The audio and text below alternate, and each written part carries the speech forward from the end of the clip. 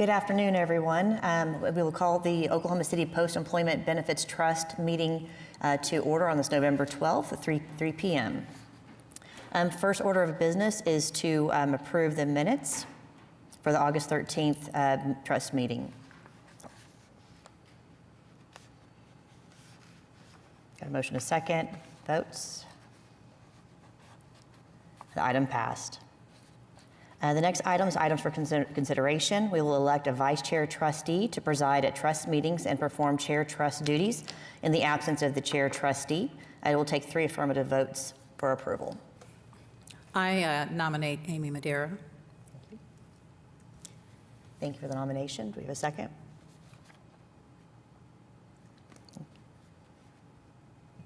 Everybody's voting.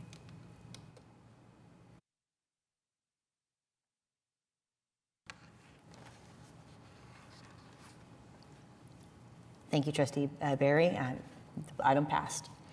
Next item for order is to receive our quarterly investment reports period ending September 30th, 2025. Jason Poulos from Asset Consulting Group will present. Thank you, Jason.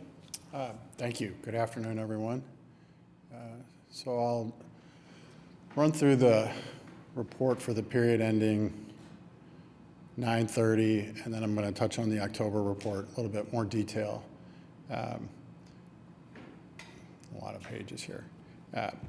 Good news is markets continue to go up pretty much every day. It seems like we're breaking a record on one of the major indices.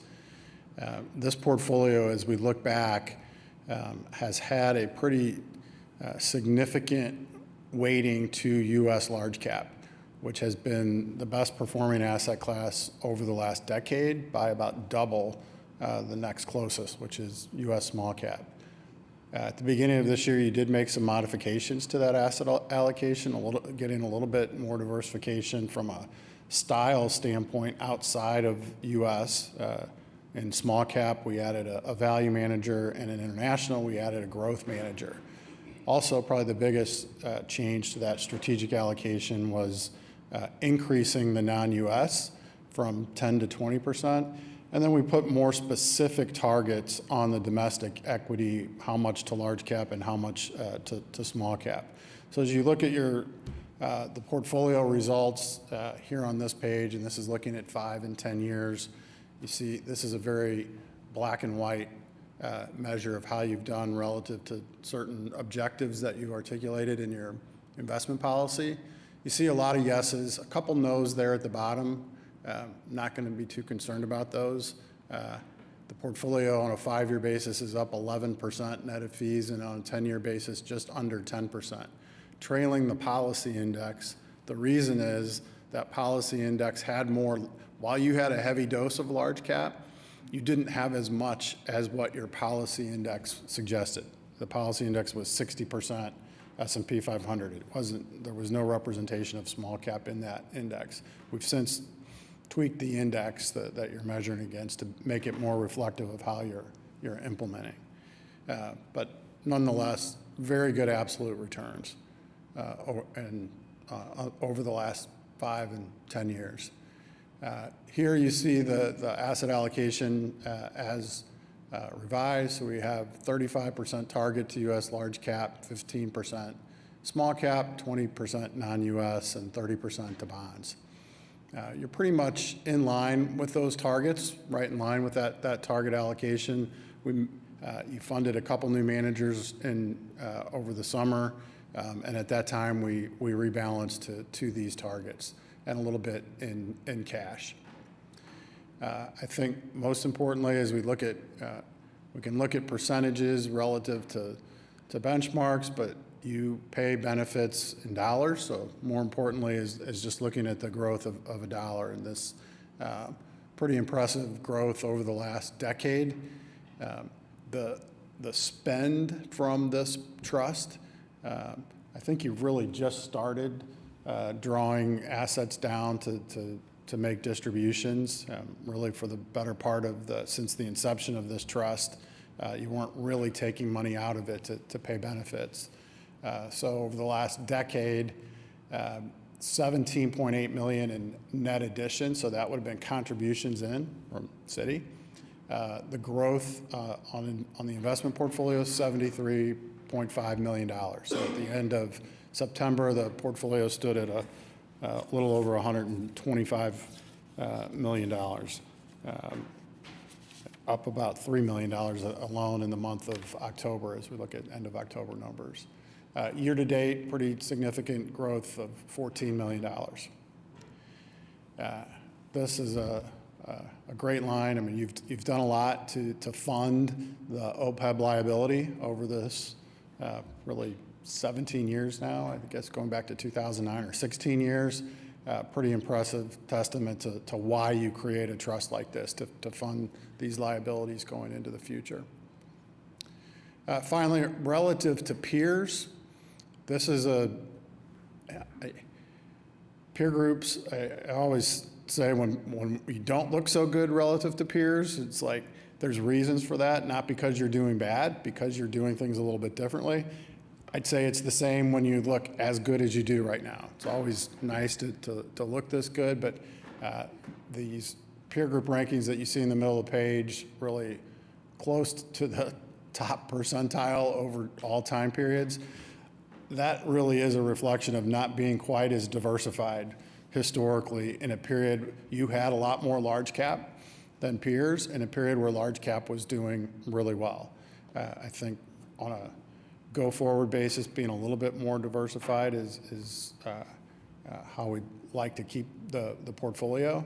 I know a big theme that we've talked about at prior meetings is how much, not just the Magnificent Seven or before that FANG, are now just AI-driven euphoria in the market, really driving things up. But we're starting to see a broadening out in the markets. If you pay attention from day to day, it seems like days like yesterday and today, more old school, maybe not value, but industrials, financials leading the way, and some of the AI-driven stocks falling off a bit in the short term.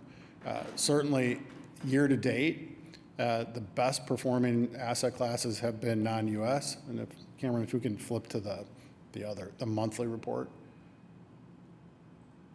Thanks. Just another look. This is through October, and what we wanted to highlight here is just returns of broad markets through the end of October on a year-to-date basis. Is the light blue lines, and you'll see emerging markets and international developed. This is an area that we increased in your allocation, really doubled it from 10 to 20%. Well, year-to-date, they're the best performing asset class, non-U.S. equity. Even though U.S. large cap, small cap, and even fixed income are doing very well, double-digit returns for U.S. equities, almost a 7% return, which is close to your required return from bonds. It's been an extraordinary period across capital markets. That said, it's also been pretty challenging for active managers to keep up in a market like this, where we talk about these Magnificent Seven, a more handful of stocks, but even in small cap has been a pretty difficult area for active managers to keep up, because there's a lot of names in the small cap benchmark that are more speculative. They're non-earners. They're not actually earning profits. And when we see a big move in the index, that rising tide lifts all ships. We really saw that in the third quarter as expectations for the Fed to lower interest rates started to come up in the month of August, and we've seen the Fed lower rates twice. That really fueled a rally in the small cap market. Small cap index, the Russell 2000, was up 12.5% in the month of August alone. So what happened, the active managers that are more focused on fundamentals and buying quality companies with consistency in earnings, those lagged behind quite a bit when we saw rates go down. Not to say that your managers are doing poorly, it's just been very difficult to keep up with the benchmark in that kind of period. I'm just going to go. So one of the things that we look at in the middle of the page here is just across the broad asset classes, This is more of a near-term outlook, or it's looking at where these asset classes are valued on a price-to-earnings basis relative to the average valuation of that asset class over the last 15 years. So it's not necessarily a good indicator of what is going to go up or down in the short term, but over intermediate to longer term time horizons, it's pretty telling when we see large cap valuations near all-time highs.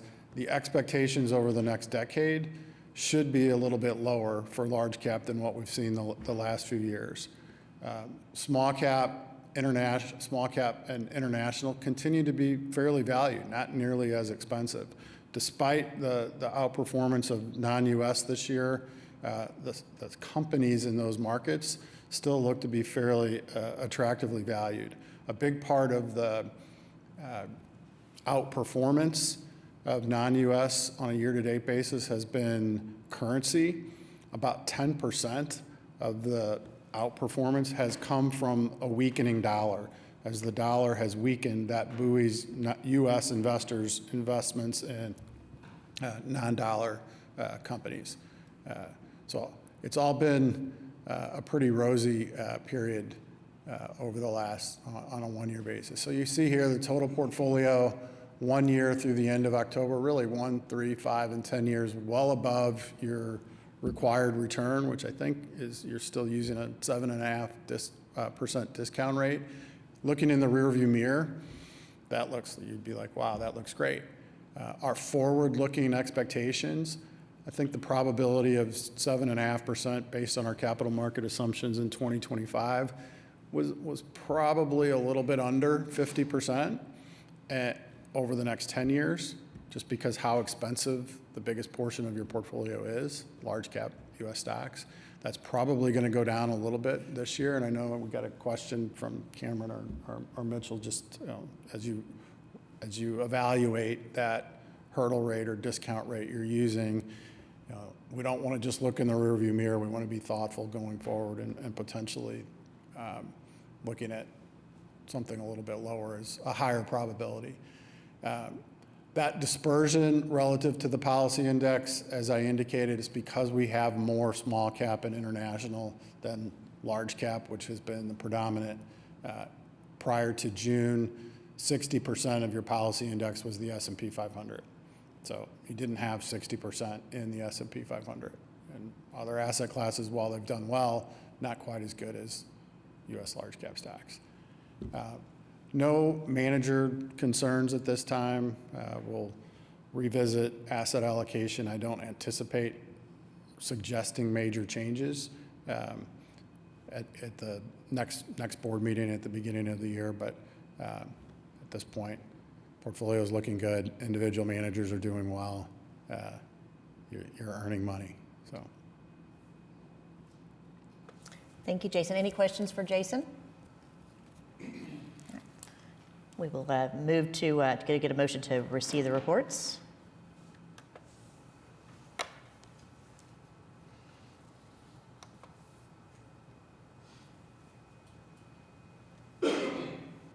Take a vote.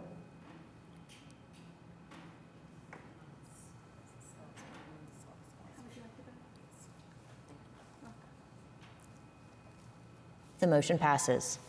Next item on the agenda is the acceptance of the annual finance report for fiscal year ended June 30th, 2024. And David Perez from the Accounting Services. Oh, I'm sorry. We did vote on the monthly report. Apologize. We read them together. So if we could get a motion for the monthly investment report. Thank you, Paula. No, you're good. Motion is second. Please cast your votes.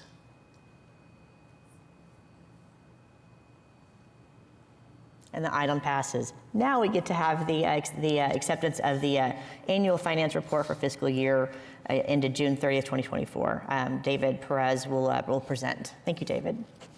Is that date right? 24 rather than 25? Oh, it should be. It's 25. 24, yeah, 24. Oracle. Yep, 24. Issues. Yeah. Pull it up. Okay, good afternoon, Vice Chair and trustees. Today I've got a few points to make about the fiscal year 24 financial report. So on page 1, this year we had a unmodified opinion again, which is the best outcome we can receive. You can read its entirety on page 1. Next, we're going to go to page 9, the statement of plan net position. So we had a net position of $106.85 million at June 30, 2024, which was an increase of $11.9 million over last year's net position of $94.94 million. This increase is primarily attributed to an increase of $12 million in investments, offset by an increase in liabilities of $509,000. Next, we're going to go look at the funded ratio on page 35.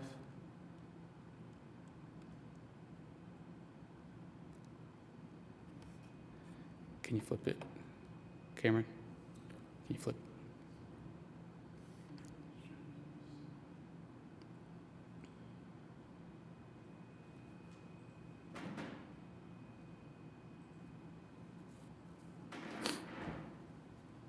If you just go.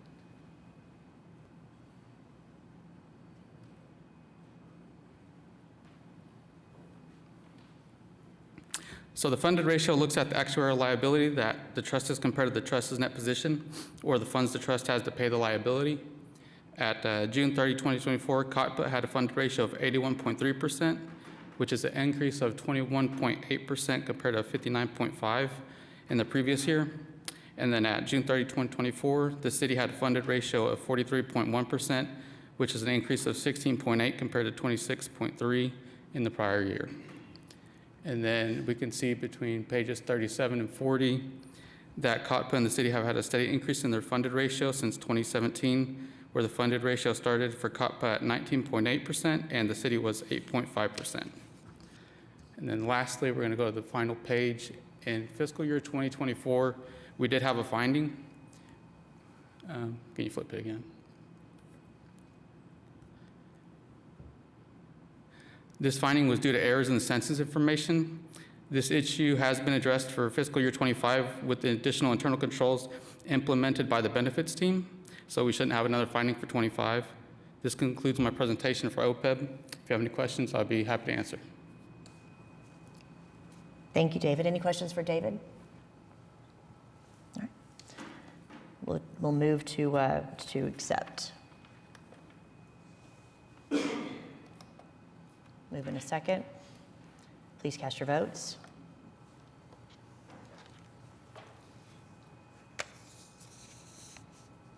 And the item passes. For item E, we'll receive calendar year for 2026 meeting schedule. 2026 meetings will be held on the second Wednesday of the month at 3 p.m., except for the November meeting. It will be on the third Wednesday due to Veterans Day next year. Take a motion in a second. Please cast your votes.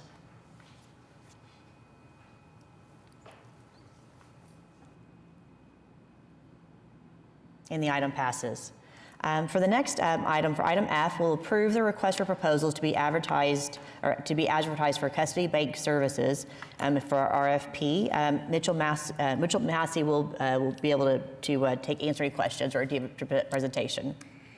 Yes, good afternoon. So we are requesting board approval to request proposals for custody bank services. This is a standard procedure as we're currently in our final year of our custody bank contract. We are inviting qualified financial institutions to submit proposals. With the board's approval, the RFP will open tomorrow and close on December 30th. Once the RFP committee makes a selection, we would then bring the contract back to the board in May for approval. I'd be happy to answer any questions. Thank you, Mitchell. Any questions? All right, thank you. We'll take a motion. Please cast your votes.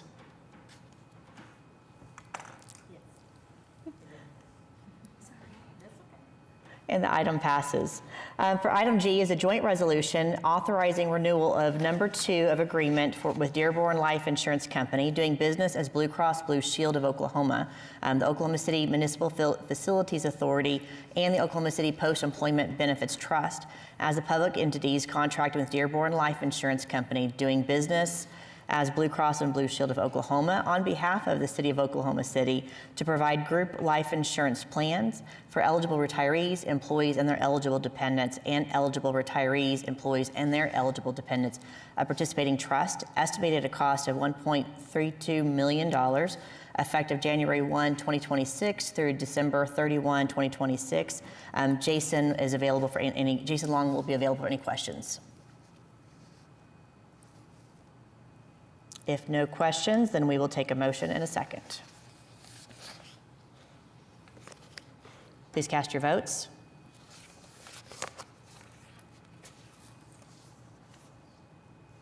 And the item passes. For item H, joint resolution authorizing renewal number 2 of administrative services agreement with United Healthcare of Oklahoma, Inc., the Oklahoma City Municipal Facilities Authority, and the Oklahoma City Post-Employment Benefits Trust as the entities contracting with United Healthcare of Oklahoma, Inc., on behalf of the City of Oklahoma City to provide Medicare Advantage service plans for eligible retirees and retirees of participating public trusts, estimated cost at $4 million, effective January 1, 2026 through December 31, 2026. Jason Long with Total Rewards is available for any questions. If there are no questions, we'll take a motion. Please cast your votes.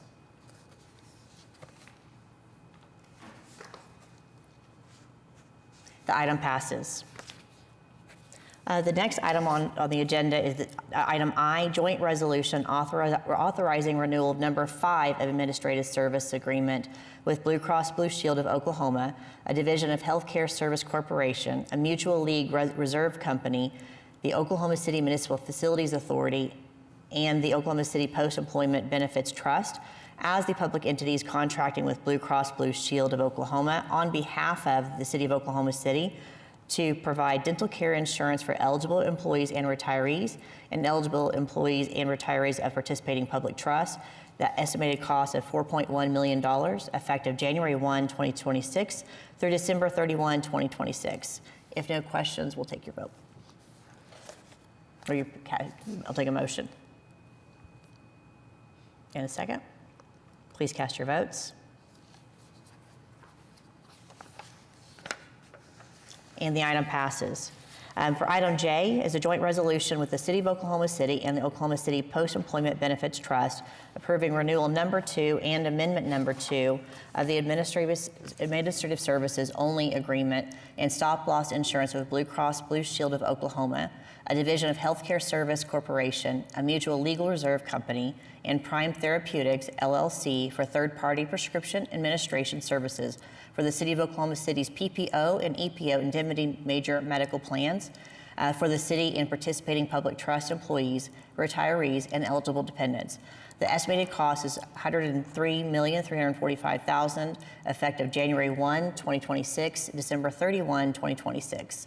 I'll take no questions. We'll take a motion in a second.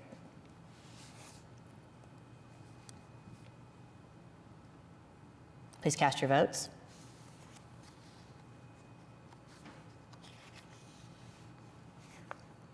Item passes.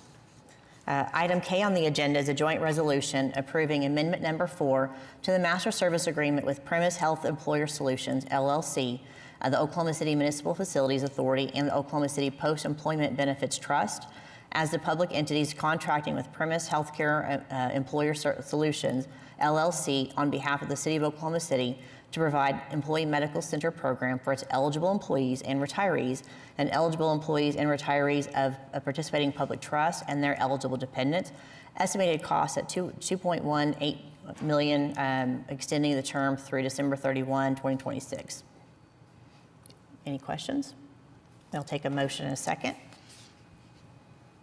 Please cast your votes.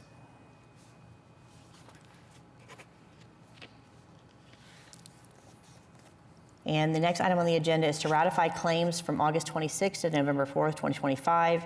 I'll take a motion in a second.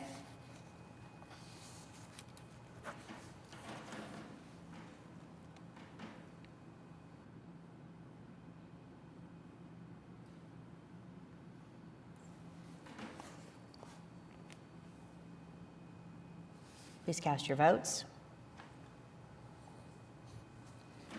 And next item on the agenda is comments from trustees, staff, and interested parties. If there are none, then we will adjourn the meeting at 3:25 p.m. Thank you all.